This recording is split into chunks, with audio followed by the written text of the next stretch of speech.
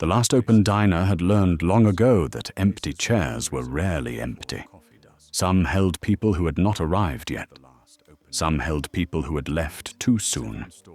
Others carried the weight of words that had never been said. Booth 7 held all three. It sat beside the rain-streaked window beneath a flickering wall lamp, its cracked red leather polished smooth by years of elbows, restless hands, and people waiting for courage. Every Thursday night, shortly after 10, the diner prepared that booth before the man arrived. 2 black coffees, 2 forks, 2 slices of apple pie warmed just enough for the cinnamon to rise into the air. The waitress never wrote the order down, and the cook never asked whether both plates were necessary. The last open diner had its rituals, and the people working inside it understood that some rituals should be respected before they were understood. Rain had been falling since sunset, turning the highway into a black ribbon of reflected headlights. The diner's neon sign buzzed against the storm, glowing red through the mist, like a warning no one could quite read. Inside, a truck driver slept with his head resting against the window. A traveling salesman sat at the counter, slowly stirring a coffee he had no intention of drinking. Near the jukebox, a young woman in a blue coat watched the battery icon on her phone fall from 2% to 1. Her car had stopped 3 miles back, and the tow company had told her it might be an hour. She had walked through the rain because the diner's light was the only thing visible from the road. Her hair was wet, her suitcase sat beneath her chair, and she looked less like someone waiting for a repair than someone trying to decide whether to keep going at all. At 10:10, the bell above the door rang. The old man entered, carrying the rain on his shoulders. He wore a dark wool coat and a faded cap that had once belonged to a company which no longer existed. Before walking toward booth 7, he paused just inside the doorway and looked around. He did this every week, almost as though he were checking that the diner had survived another 7 days. The waitress placed the 2 coffees on the table as he removed his coat. "Storm followed you in," she said. "It usually does. Pie's coming." "For 2? She gave him a look. "Hasn't changed in 12 years. The old man smiled and sat facing the empty seat. He placed one hand beside the second coffee, but did not touch it. For several minutes, he watched the steam rise, as though waiting for it to form a face. The waitress returned with the pie, placed 1 slice in front of him and 1 across the table, then moved away without another word. The younger staff had once whispered about him. They wondered whether he expected someone to join him, whether the second meal was for a dead wife, a missing daughter, or a friend who had promised to return. Eventually, they stopped guessing. The diner had taught them that curiosity didn't always deserve an answer. The young woman's phone went dark. She sighed and looked around for somewhere to charge it, but every outlet near the counter was occupied. The waitress noticed and pointed toward booth 7. "There's one beside the window." The young woman glanced at the old man and the untouched place setting. "I don't want to interrupt." "You won't." She approached slowly, carrying her phone and coffee. "Excuse me, would you mind if I used the outlet?" The old man looked at the empty chair across from him. For a moment, something tightened in his expression. Then he moved the second coffee aside. "You can sit too. No sense standing in wet shoes." She hesitated before lowering herself into the booth. "I can move when your guest arrives." "He won't." The answer was calm but final. The young woman plugged in her phone and placed it face down on the table. Her eyes moved toward the untouched pie. "I didn't order that," she said. "I did, for someone who isn't coming." The old man looked through the rain. "Someone who used to." She immediately regretted asking. "I'm sorry." "Don't be. People say sorry too quickly when they hear someone is gone. It makes death sound like an accident they caused. The waitress passed the table and replaced the untouched pie with a fresh slice. The old man nodded toward it. You may as well eat. She hated seeing food wasted. Your wife? Evelyn.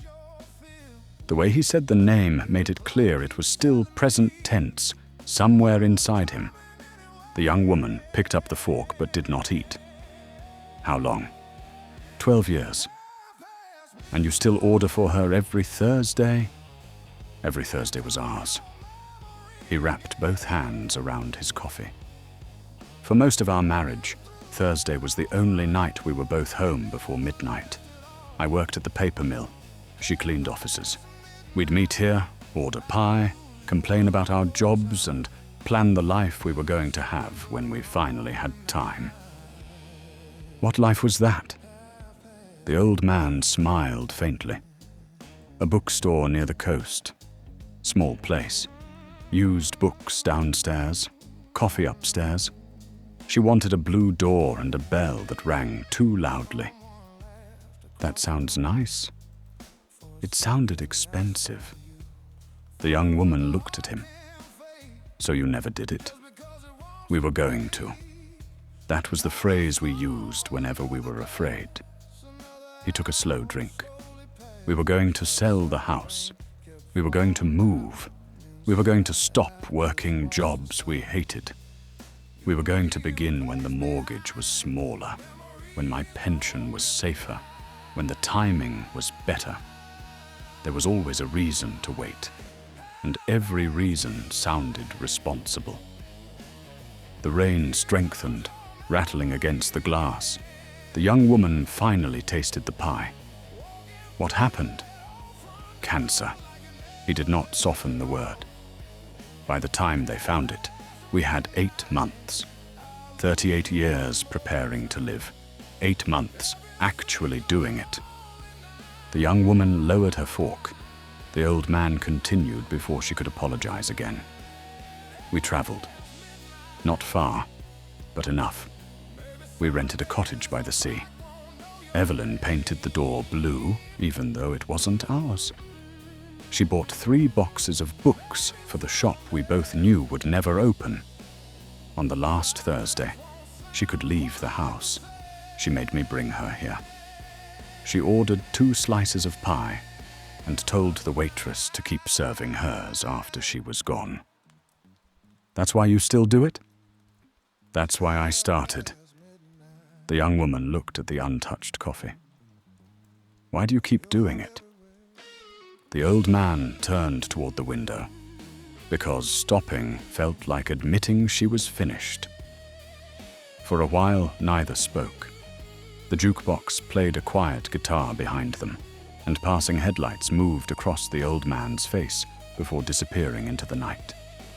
The young woman thought about the suitcase beneath her chair, the resignation letter she had left on a desk that afternoon, and the voice message from her father she had not listened to. The old man noticed her looking at the phone. Who are you avoiding? My father. What did he do? He thinks I've ruined my life. Have you? I quit my job. Did you like it? No. Were you good at it? Yes. That can make leaving harder. She looked surprised. Everyone keeps telling me I'm throwing away a stable career. People worship stability because they confuse it with safety. I don't have another job. Then perhaps they are partly right. She laughed despite herself. That isn't very inspiring. I'm too old to be inspiring. I'm trying to be honest. The phone gained enough power to turn on. 3 messages appeared, all from her father. She did not open them. I was meant to take over his firm. He built everything for me. Did you ask him to? No. Did he ask whether you wanted it? No. The old man pushed the second cup toward her. Then perhaps both of you have been living inside a promise neither of you actually made. She stared at the coffee. He'll never forgive me. Maybe not tonight. And what am I supposed to say? The truth, preferably before pride edits it. She looked down at the messages again. Outside, amber lights appeared through the rain as the tow truck entered the parking lot. But neither of them noticed. The old man reached into his coat pocket, removed a folded receipt, and began writing something on the back. When he finished, he turned it face down and slid it across the table. "Read that tomorrow," he said. "Why tomorrow?" "Because tonight you'll argue with it." The tow truck driver opened the diner door and called out, "Blue Civic?" The young woman raised her hand, gathered her suitcase, and unplugged her phone. Before leaving, she looked at the second place setting. "Thank you for the pie." The old man nodded. "It was already paid for." "By you?" She placed the folded receipt in her coat pocket and hurried into the rain. Moments later, the tow truck's amber lights pulled away from the diner, slowly disappearing into the darkness until only the rain remained. The old man watched the highway for another minute before turning back toward booth 7. The second cup of coffee still rested across from him. "I think you'd have liked her," he said quietly. For the first time that evening, he smiled without sadness. He finished the last sip of his coffee, buttoned his coat, placed a few notes beneath the sugar jar, and nodded toward the waitress as he walked to the door. "Same time next Thursday?" she asked. The old man paused with his hand on the handle. "We'll see." Then he stepped into the rain. The bell above the entrance rang once before the door closed behind him. The waitress waited until his pickup disappeared beyond the bend in the highway, before walking over to clear booth 7. One plate, one empty coffee cup. She reached for the second cup, then stopped. It was empty too. She frowned. She was certain she had never poured a refill into that cup. Slowly she picked it up. It was still warm. The waitress looked toward the rain-covered window. The parking lot was empty. The old man was gone. The young woman was gone. No one stood outside. Behind her, the old jukebox clicked. It had been silent all evening. Without anyone touching it, a soft piano melody drifted through the diner. The waitress closed her eyes. She knew that song. Evelyn had played it every Thursday. She smiled to herself, switched off the light above booth 7, and whispered, "Good night, Evelyn." Outside, another pair of headlights turned off the highway and into the parking lot. The rain continued to fall. The coffee was hot. The pie was already in the oven. And once again, the last open diner was waiting.